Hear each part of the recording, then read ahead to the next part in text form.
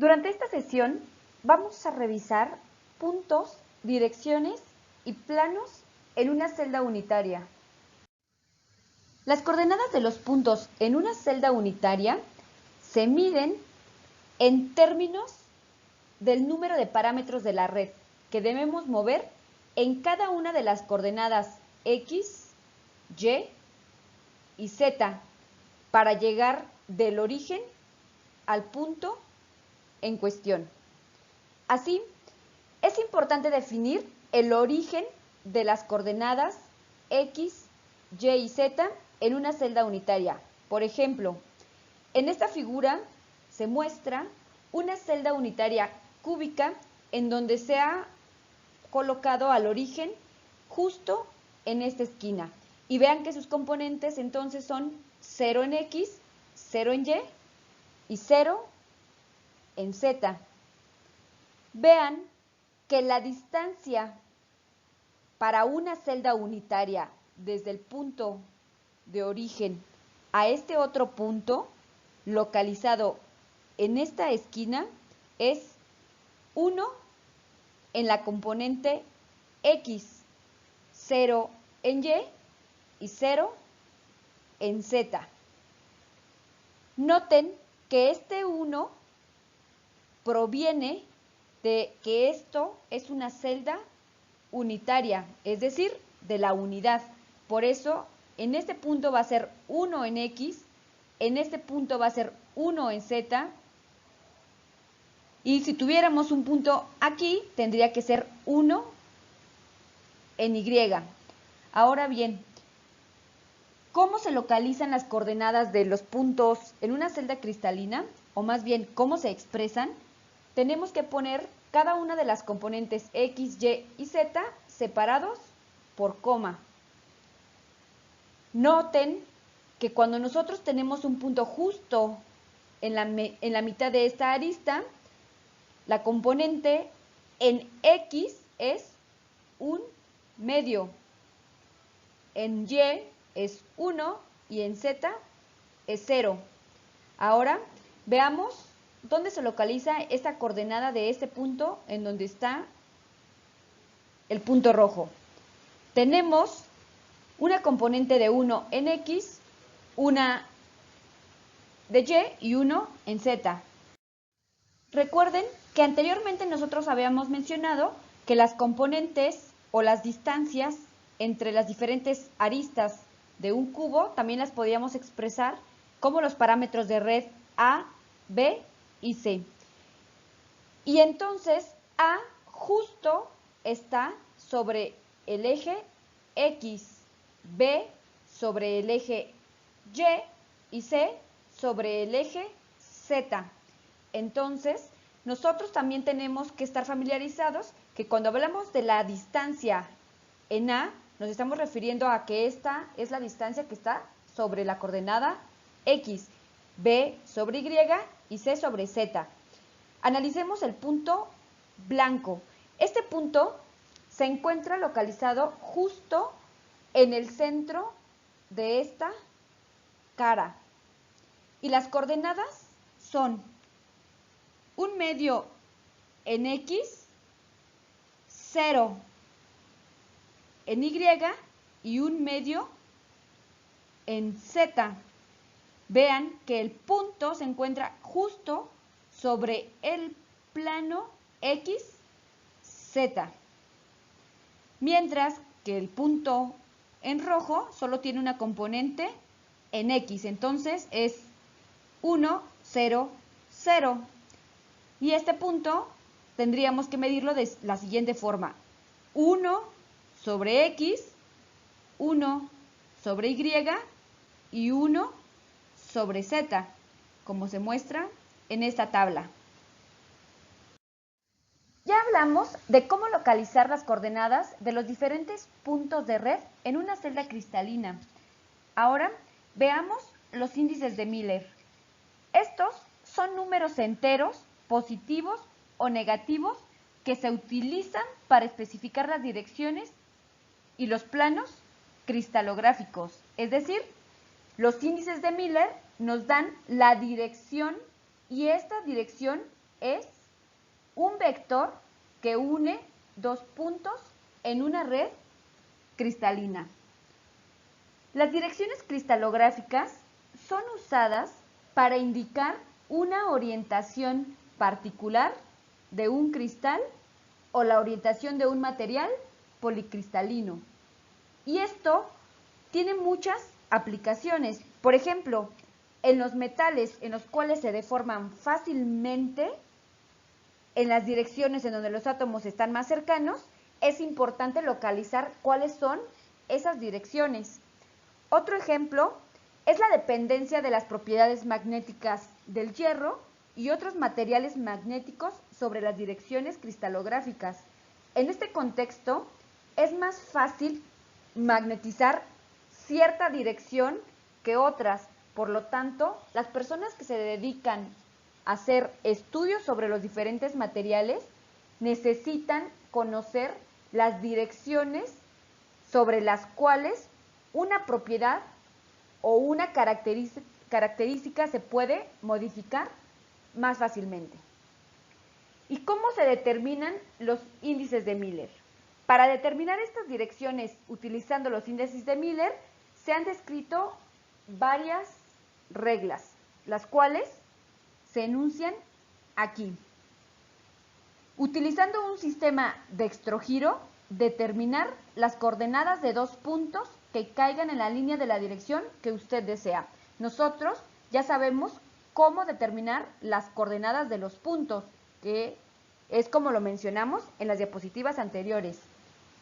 A las coordenadas del punto final le restamos las coordenadas del punto inicial.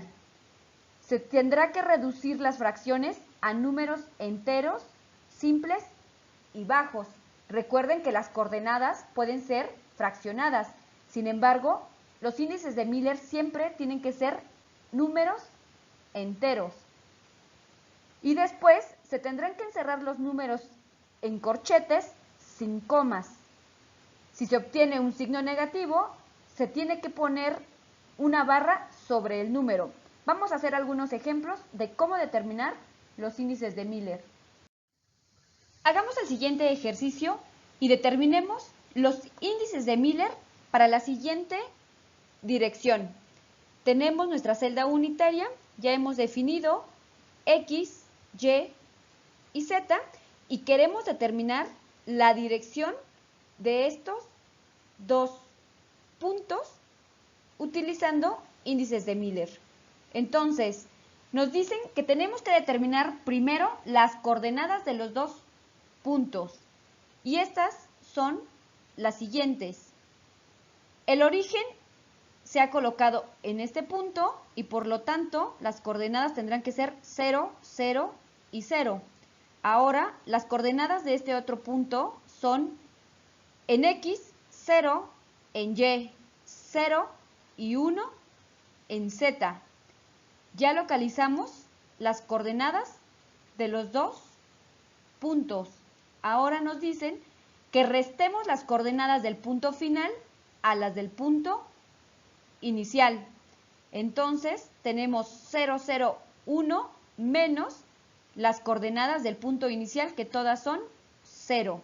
Esto nos queda así. 0 menos 0 es 0, 0 menos 0, 0 y 1 menos 0 es 1. Después nos dice que encerremos los números en corchetes sin comas. Si se obtiene un negativo, representémoslo con una barra sobre el número. En este caso, noten que tenemos números enteros, por lo tanto ya no tenemos que hacer nada más que ponerlos sobre corchetes. Tampoco tenemos números negativos. Entonces, los índices de Miller para esta dirección son 0, 0, 1. Determinemos las coordenadas de la siguiente dirección. Este es el punto inicial y este es el punto final. Entonces, el punto inicial se encuentra en las coordenadas 0, 0, 0 y este otro punto solo tiene una componente en X. Entonces, sus coordenadas son 1, 0, 0. Las reglas nos dicen que restemos las coordenadas del punto inicial a las del punto final. Y nos quedan 1, 0, 0. No hay fracciones y por lo tanto solo hay que poner en corchete estas coordenadas. Es decir, los índices de Miller nos quedan como 1, 0 y 0. Ahora hagámoslo para esta otra dirección. Tenemos el punto inicial, el punto final. Localicemos las coordenadas. Aquí sabemos que son 0, 0, 0 y este otro se encuentra solo sobre la componente y. Por lo tanto, las coordenadas son 0, 1 y 0. Restemos las coordenadas de este punto a las del punto inicial y nos va a quedar como 0, 1, 1. Los índices de Miller entonces son 0, 1, 0. Hagamos otros ejercicios para determinar los índices de Miller de las siguientes direcciones. Para esta tenemos las siguientes coordenadas. El punto inicial se encuentra en 0, 0, 0 y el punto final se localiza en 1 en X, 1 en Y y 1 en Z. Entonces ya tenemos las coordenadas de estos dos puntos. Ahora restémosle al punto final las coordenadas del punto inicial. Y nos queda lo siguiente, 1, 1 y 1. No tenemos fracciones, por lo tanto, los índices de Miller son 1, 1 y 1. Determinemos ahora los índices de Miller de esta dirección. Ahora, el punto inicial no se encuentra en el origen. Determinemos las coordenadas y tenemos un medio en X, 1 en Y y 0 en Z. Mientras las coordenadas para el punto final son las siguientes: 0 en X, 0 en Y y 1 en Z. Ahora restemos las coordenadas del punto inicial a las del punto final. Y tenemos lo siguiente: 0 menos 1 medio me da menos 1 medio. 0 menos 1 me da menos 1. Y 1 menos 0 es 1. Aquí sí tenemos fracciones. Recuerden que los índices de Miller siempre tienen que ser enteros. Por lo tanto, hagamos la siguiente operación y vamos a multiplicar por 2. Entonces nos queda 2 por 1 medio nos da menos 1. 2 por 1 menos 2 y 2 por 1 nos da 2. Los índices de Miller nos quedan como 1, 2 y 2. Vean que estos dos números son negativos. Entonces, en los índices de Miller, esto se representa con una barra sobre el número. Como han podido ver, determinar los índices de Miller no es nada complicado, siempre y cuando puedan localizar sin problema las coordenadas de los diferentes puntos en una celda unitaria. Y cabe mencionar que el origen de las coordenadas X, Y y Z es algo que ustedes pueden establecer. Evidentemente, siempre es recomendable fijar el origen en un punto que les facilite localizar las coordenadas de cualquier punto que ustedes deseen. Y hay que señalar varias cosas sobre el uso de los índices de Miller para las direcciones. Y estas son: una dirección y sus múltiples son idénticas. Así, una dirección 0, 1, 0 es igual a la dirección 0, 2, 0. Y debido a que las direcciones son vectores, una dirección y su negativo no son idénticas. Representan la misma línea, pero direcciones opuestas, como pueden verlo en esta imagen. El vector 0, menos 1, 0 apunta hacia acá y el vector o la dirección 0, 1, 0 apunta en una dirección opuesta. Ciertos grupos de direcciones son equivalentes. Sus índices particulares dependen de cómo se construyen las coordenadas. Por ejemplo, una dirección 1, 0, 0, que se muestra en estos sistemas de coordenadas en donde tenemos a X, Y y Z, es una dirección 0, 1, 0 si definimos el sistema de coordenadas en estas posiciones. Ahora, aquí tenemos a Y, en esta tenemos a la coordenada X y aquí a la coordenada Z. También podemos referirnos a grupos de direcciones equivalentes como direcciones de un conjunto o una familia.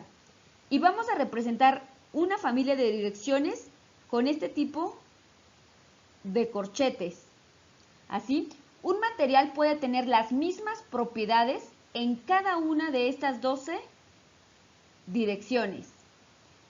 Recuerden que las direcciones se ponen en corchetes cuadrados y la familia de direcciones se ponen entre estos corchetes.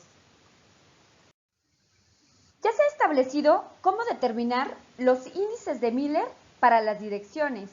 Veamos cómo se construyen las direcciones o vectores a partir de los índices de Miller.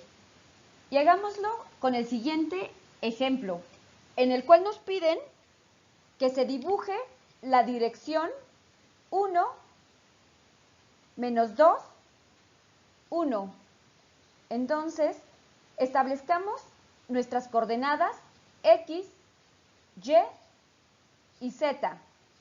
Y vean que en Y tenemos una dirección negativa.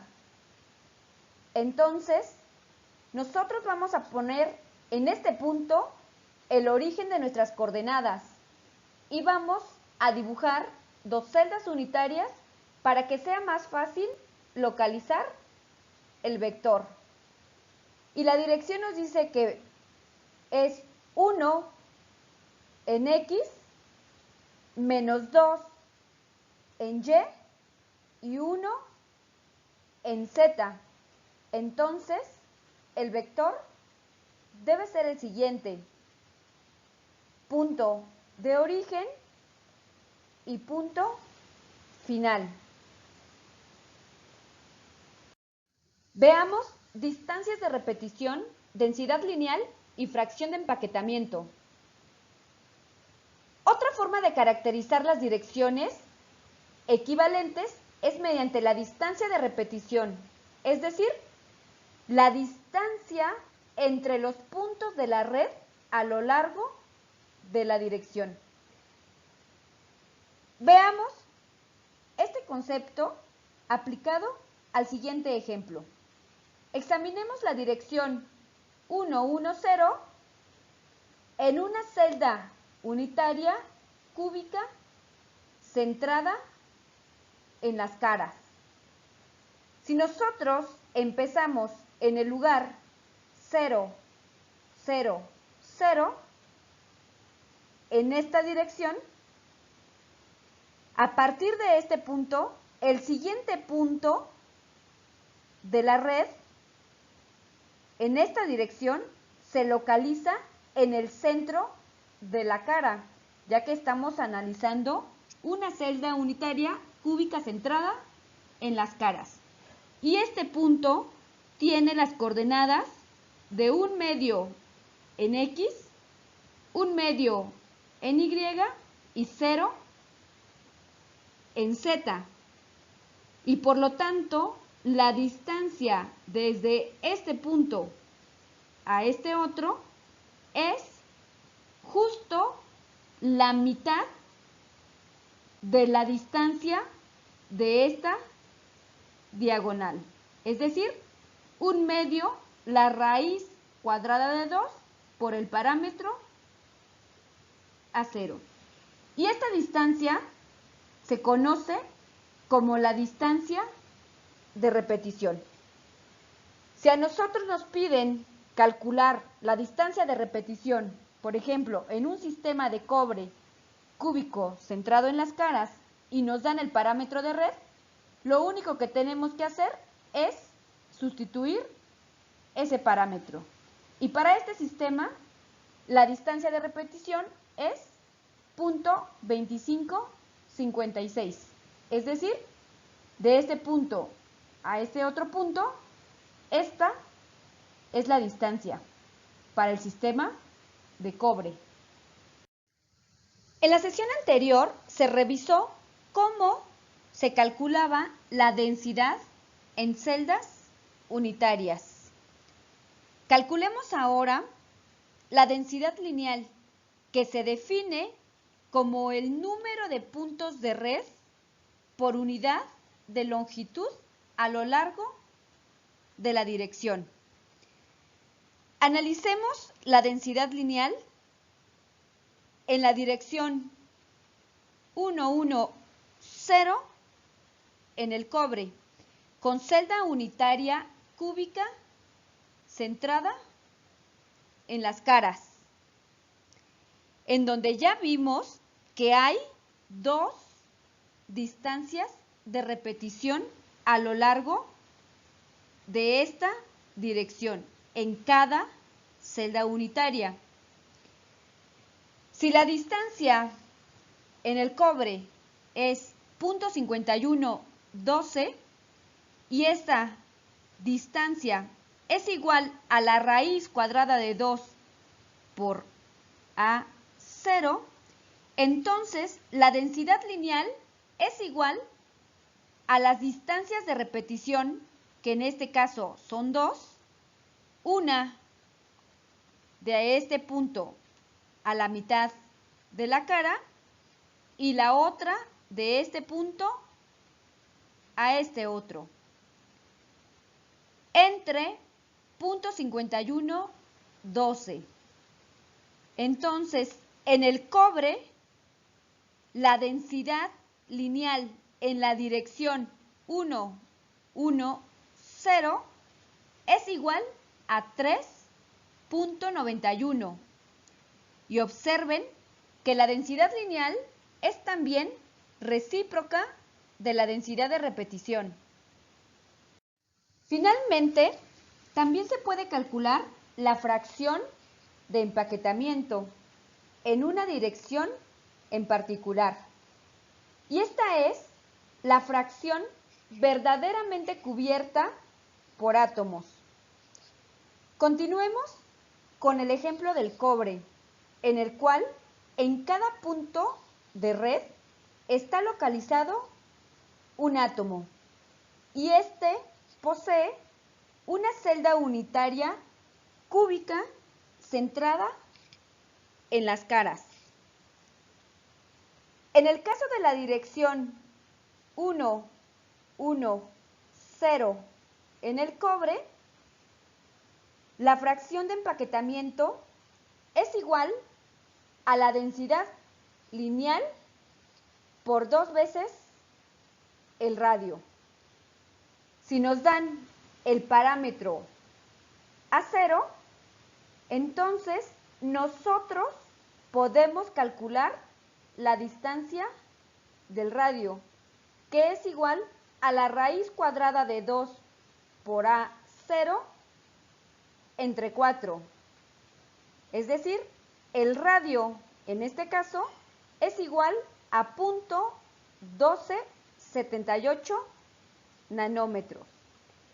Y la densidad lineal nosotros ya la calculamos en la diapositiva anterior y era igual a 3.91 por 2 veces el radio.